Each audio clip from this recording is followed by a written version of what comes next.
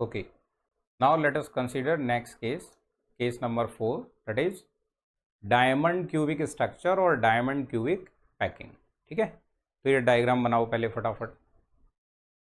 This is the simple cube having 8 atoms at the corner and 6 these blue atoms are at the face center.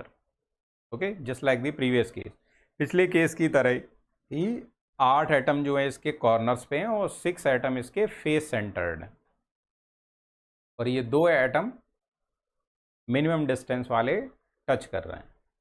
इतना diagram बनाओ, then we proceed. बन गया? देखो अभी इसमें 8 atoms at corner, 6 atom at face centered and 4 more atom will be present at body diagonals। 4 atom कैसे और होंगे? बॉडी डायगोनल पे होंगे, मतलब जो अपोजिट कॉर्नर्स को डायगोनल मिला रहे होंगे उन पे प्रेजेंट होंगे। जैसे ये अपोजिट कॉर्नर्स को मिलाने वाला डायगोनल ये हो गया, ठीक है, ओरिजिन से लेके यहाँ तक। बट पिछले वाले केस में एक ही बॉडी सेंटर्ड एटम था, सेंट्रल एटम, तो वो डायगोनल के मिड पॉइंट पे था। ये एटम इस डायगोनल के मिड पॉइंट पे नहीं है। ये ay2, ay2, ay2 पे नहीं, ये ay4, ay4, ay4 पर होगा। ऐसे 3 एटम और होंगे, बिकॉज टोटल 4 बॉडी डायगोनल बनेंगे ना इसमें। एक ये बन गया, दूसरा ये बनेगा, तीसरा ये बनेगा, चौथा ये बनेगा। 4 बॉडी डायगोनल पे 4 एटम होंगे और वो बॉडी डायगोनल के सेंटर में नहीं होंगे। ठीक है, वो इस तरीके से प्लेस्ड होंगे कि वो एक नया स्ट्रक्चर बना रहे होंगे, उस स्ट्रक्चर का नाम आपको बताएंगे। फिलहाल एक ही एटम बनाओ और उसके साथ में लिखो, क्योंकि ये कॉम्प्लेक्स स्ट्रक्चर है, ना तो पूरा बनाना पॉसिबल है, इसमें आपको बस फील ही करना पड़ेगा, और नहीं अगर इमेजिन कर सकते हैं तो रटना पड़ेगा, सीधी सी बात है, और कोई इसका इलाज नहीं है। 4 atoms like this eight 4 body diagonals.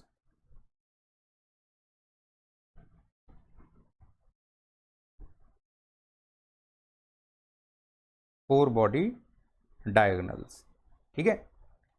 अब इसमें ये वाला जो एटम होगा ये इस ओरिजिन वाले एटम को टच कर रहा होगा, जिससे ये ay4, ay4, ay4 डिस्टेंस पे होगा। इस ओरिजिन वाले का क्या कोऑर्डिनेट होगा? 0, 0, 0, और इसका ay4, ay4, ay4 यहाँ पर होगा, तो इसके कोऑर्डिनेट हो गए ay4, ay4, ay4। What the point और नॉट? तो ये इधर से ay4 पर है, तो यहां से यहां तक ये 2 एटम मिनिमम डिस्टेंस बनाएंगे और एक दूसरे को टच भी कर रहे होंगे।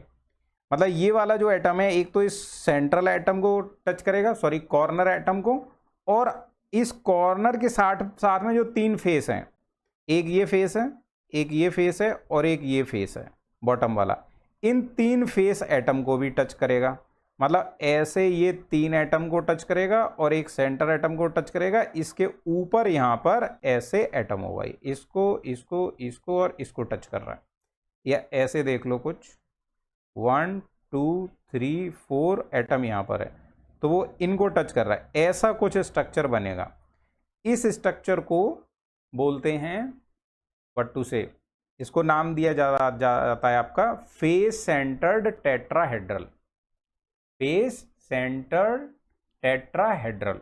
ठीक है, तो नोट करेंगे इसको। फिलहाल समझो इस तरीके के 4 एटम है टोटल, जो 4 बॉडी डायगोनल पर हैं, बट वो उनके बॉडी डायगोनल के सेंटर पे नहीं है। तो अगर मैं इस एटम को 1 नंबर देता हूं और इसको 2 नंबर देता हूं, तो ये डायगोनल जो है वो अपना यहाँ पे ऐसे दिखाई देगा, 1 और 2 ये डायगोनल हो गया, डायगोनल के अलोंग। अब इनके अलोंग ये डिस्टेंस क्या होगी भाई? ये होगी r + r 2r। ठीक है, ये ओरिजिन वाला एटम है तो इसका होगा कोऑर्डिनेट 0, 0, 0, और ये डायगोनल वाला है तो ये ay4, ay4 पर होगा। ठीक है, डायगोनल कौन सा? बॉडी डायगोनल लेना है। डायगोनल कौन सा, बॉडी डायगोनल लेना है, ठीक है। अभी जब हम इसको कैलकुलेट करेंगे देन वी विल सी इसका वैल्यू आएगा √3/4 इंटू ए, ठीक है। यहां भी ये कॉर्नर वाले एटम एक दूसरे को टच नहीं करेंगे, तो इनके बीच का जो डिस्टेंस है वो यहाँ 2r नहीं होगा बल्कि 2r से ज़्यादा होगा, और इसका वैल्यू होगा वी विल कैलकुलेट 4.61 r के आसपास। गॉट द पॉइंट और नॉट? तो इतनी सारी चीज़ें पहले नोट कर दो। नोट हो गया? अभी देखो इसमें सबसे पहले लिखते हैं नंबर ऑफ इफेक्टिव एटम्स, वो यहाँ पर होंगे 8 हैं कॉर्नर्स पे 1/8 शेयर करते हैं, 6 हैं फेस पे 1/2 शेयर करते हैं, 4 हैं बॉडी डायगोनल पे, तो टोटल के कितना बन जाएगा 8/8 1, ये 3 और ये 4, 1 3 4 मतलब 8 हो गया। Total 8 atoms are effectively present inside a unit cell. Second, shortest distance की बात करें 2r, तो वो देखो यहां पर क्या होगी √a/4 plus a/4 plus a/4 इस तरीके से स्क्वायर, ओके। तो ये बनेगा आपका 2r equals to √3 into a/4 या √3/4 इंटू ए कर दो। फॉर द पॉइंट, ये बन गई शॉर्टेस्ट डिस्टेंस। शॉर्टेस्ट डिस्टेंस पता चल गई तो ए और आर के बीच का रिलेशन मिल जाएगा आपको, 8/√3r हो जाएगा और this will be equal to 4.61 r। ये कहानी हो गई। फॉर द पॉइंट, क्लियर हुई बात? तो यहां से यहां तक की डिस्टेंस सिंपली कोऑर्डिनेट ये और ये इस तरीके से फाइंड करते हैं अपन, मिल जाएगा। अभी इसमें नोट करो फर्स्ट पॉइंट, यहां तक बना दिया। फर्स्ट पॉइंट नोट करो, in DC structure 8 atoms present at corners, 6 atoms at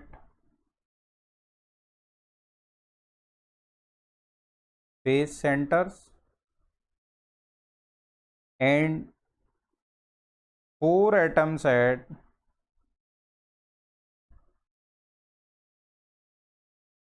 body diagonals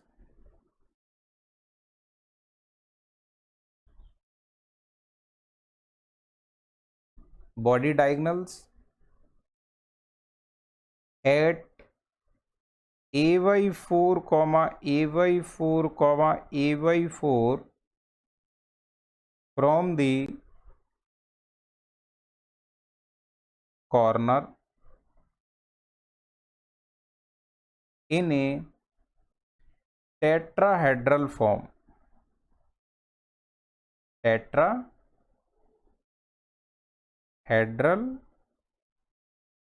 form, that is the diagonal atom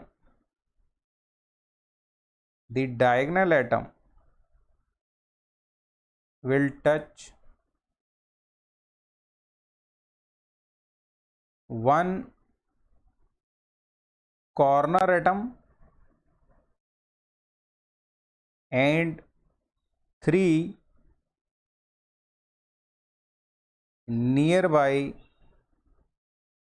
face centered atom।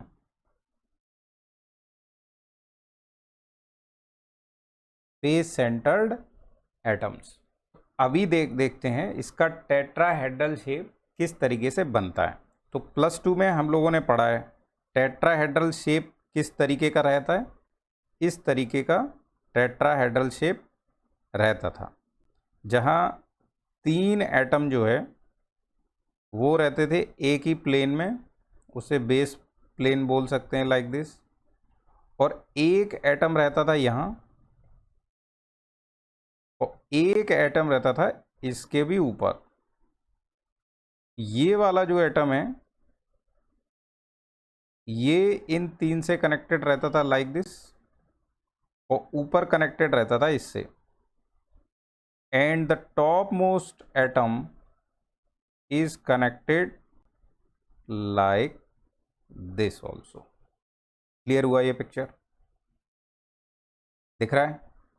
तो एक्चुअली में ये शेप इस तरीके की है, ये 3 बेस है और ये ऊपर एक पॉइंट है, तो इतना पिक्चर बुक्स में बना रहता है। ओके, इतना पिक्चर।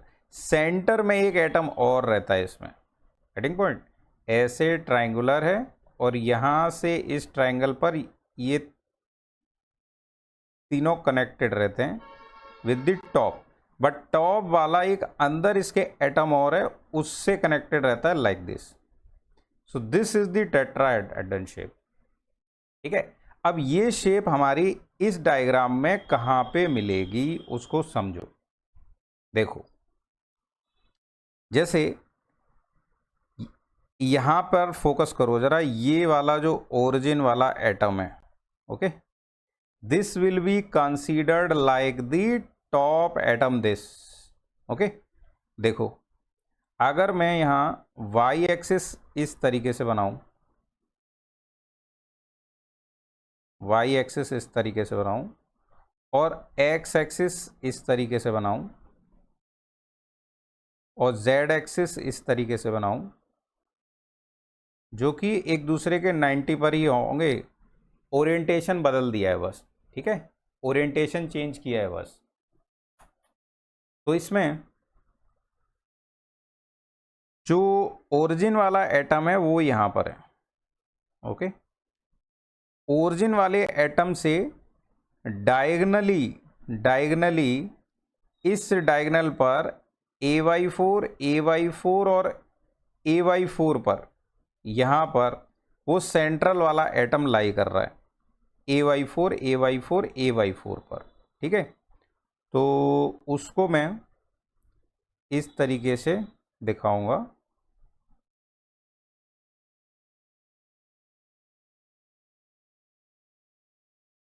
Like this. तो वो यहां पर है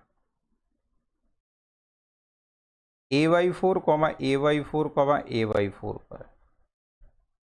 ठीक है, ये अपना 0,0,0 पर। अभी जो ये वाले एटम है 3, ये तीनों फेस के सेंटर वाले होंगे। जैसे यहां फेस बनाए ये वाला, ये वाला प्लेन, तो इसके सेंटर में एक होगा, एक इस वाले प्लेन के सेंटर में होगा, और एक जो ये प्लेन है इसके सेंटर में होगा। तो ये तीनों आपको ऐसे दिखाई देंगे जो बेस वाला है, हेडिंग पॉइंट और नोट। और ये तीनों किस पे होंगे? इधर से AY2 पे, ये AY2 पे, और ये AY2 और ऊपर AY2 पे होंगे, हेडिंग पॉइंट। तो इसमें देखो थोड़ा सा कॉम्प्लेक्स है, लेकिन अगर एक बार आप समझ गए then you will never forget it.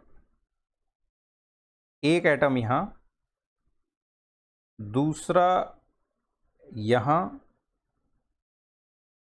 और तीसरा यहां, इस तरीके से। तो थोड़ा ऊपर कर देता हूं मैं,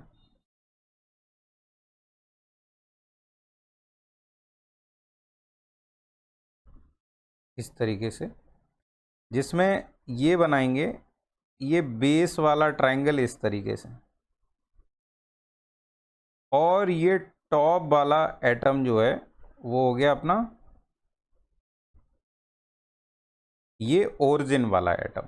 ठीक है, और बाकी जो सेंटर वाला एटम है वो इन तीनों से भी ऐसे कनेक्टेड रहेगा। फॉर द पॉइंट, तो यहाँ पर मैं इनको ज़रा चेंज कर देता हूँ, इनको मैं डॉटेड लाइन बना दे देता हूँ, जिससे कि आपको क्लियर हो जाएगा कि जो अंदर वाला एटम है AY4 वाला, वो इनसे डॉटेड लाइन से कनेक्ट है। तो जैसे ये बेस है ट्रायंगुलर, और ये टॉप पॉइंट है, इस तरीके से कनेक्टेड है। हमारा टेट्राहेड्रन शेप इस तरीके से पढ़ते थे हम। ठीक है, तो उसका ये जो टॉप वाला है वो ये हो गया, और ये 3 बेस हो गए, और ये अंदर वाला एटम हो गया, ये इनसाइड वाला एटम हो गया। तो ये 0,0,0 वाला है, ठीक है। ये वाला AY4, AY4, AY4 वाला है, ठीक है। ये होगा AY2X, AY2Y, 0, ठीक है। तो वो आप कोई सा मान लो ये है। ये वाला होगा AY2X में और 0 और AY2Y में, वो मान लो ये है। और ये वाला, ये Z डायरेक्शन में AY2 है और Y डायरेक्शन में AY2 है, मतलब 0, AY2, AY2 होगा इस तरीके से। फॉर द पॉइंट और not. So this is the tetrahedral shape. अब आपको क्लियर हो गया होगा, ये डायमंड जैसा शेप है ऐसे, उसके अंदर एक एटम है डायगोनल वाला। क्लियर हुई बात? Very good. तो इसको जो है बना दो। This is for AY4, AY4, AY4. This is for AY2, AY2, 0. This is for AX में चल रहे हैं AY2 और Z में चल रहे हैं AY2.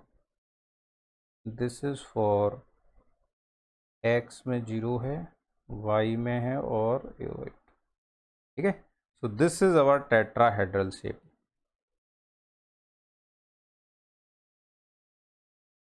इनको चाहो मैं डिफरेंट कलर से कर दूं क्या? दिस, पहले तो ये बेस वाला ट्रायंगल और बेस वाले ट्रायंगल से ये तीनों को ऐड कर दिया, okay. So this is the shape. So this is tetrahedron.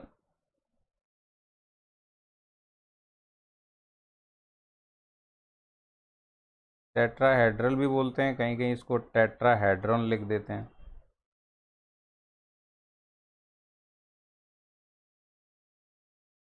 Okay. तो बना दो इसको।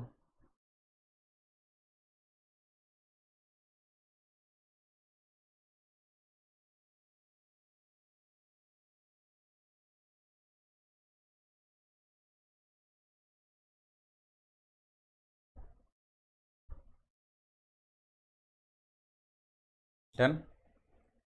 नेक्स्ट बढ़ते हैं, इसके फर्दर पॉइंट्स को नोट करते हैं। बना दो यहाँ तक, okay. Now note down the points. Next लिखो, the number of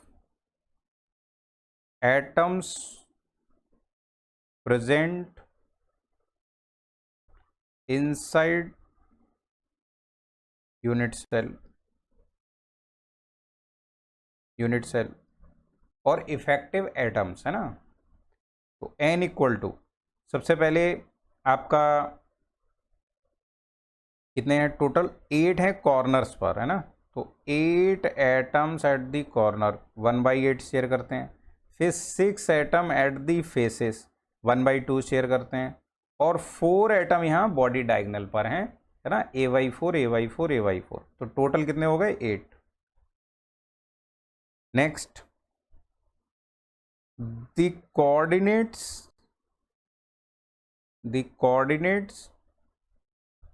between two nearest atoms,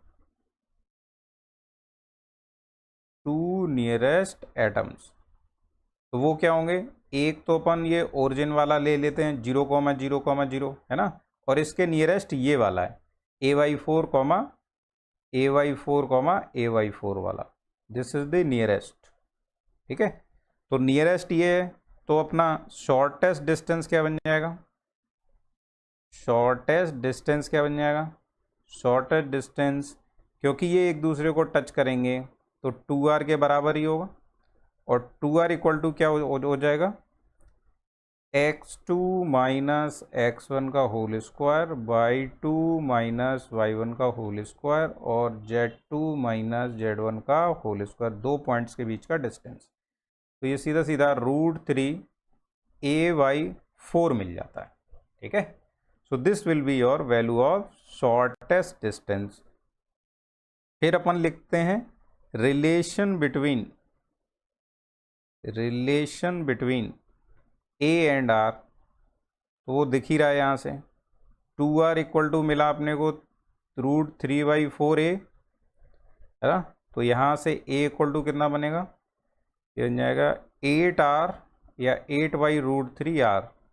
इसको सॉल्व करो, 8/√3, ये नियरली 4.61r इतना मिलेगा आपको, ठीक है। तो वो अपन ने यहाँ पे लिखा भी था, देखो 4.61r, ऑलरेडी कर चुके हैं इसको भी। नेक्स्ट अपना बनता है APF, तो एटॉमिक पैकिंग फैक्टर या packing density, this will be equal to n into 4/3 πr³ divided by total volume of the shell. तो n कितना है यहाँ 8 है, तो 8 into 4/3 πr³ divided by a³ का मतलब होगा यहाँ पर 4.61r का होल क्यूब। यस और नो, इसको सॉल्व करो। इसको जब आप सॉल्व करेंगे ये मिलेगा नियरली 0.34, यानी कि 34% volume of cell will be occupied by the atoms. फिर हमारा एम्प्टी स्पेस कितना बचेगा, तो परसेंटेज एम्प्टी स्पेस वो हो जाएगा 100 - 34 66 आएगा। Okay, now the last coordination number Cn, ये इसमें 4 होगा। 4 कैसे आपको मैंने बता दिया है, ये टेट्राहेड्रन शेप है, tetrahedral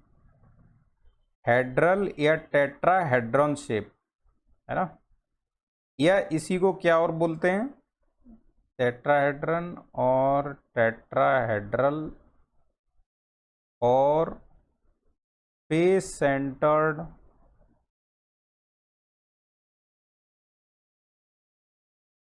tetrahedral. Face centred tetrahedral यहाँ पर क्यों बोल रहे हैं, क्योंकि इसमें ये वाले जो एटम है 3, ये वाले फेस सेंटर्ड वाले हैं, है ना, तीनों फेस के सेंटर्ड वाले हैं। और यहाँ ये 4 कैसे हुआ, तो सिंपल सा एक समझ लो, अगर हम इस एटम के लिए चेक करें, इसके लिए तो ये 1 2 3 और 4 एटम को टच कर रहा है।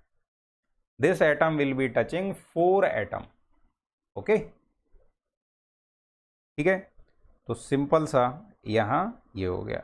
अभी देखो ये थोड़ा लेंदी केस है, इसमें अपना कॉर्नर वाले एटम भी हैं और इसमें अपना फेस वाले एटम भी हैं, सेंटर वाले भी हैं। तो इस फॉर्मूले को जनरलाइज करते हैं यहाँ पर। तो यहाँ पर जनरल आप लिख सकते हो formula, in general number of effective atoms,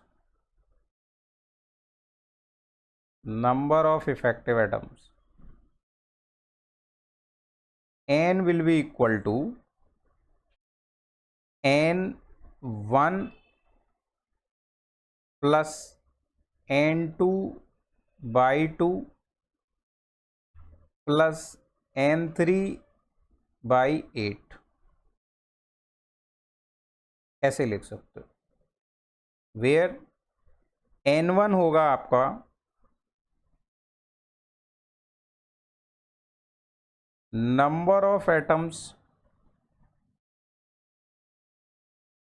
inside the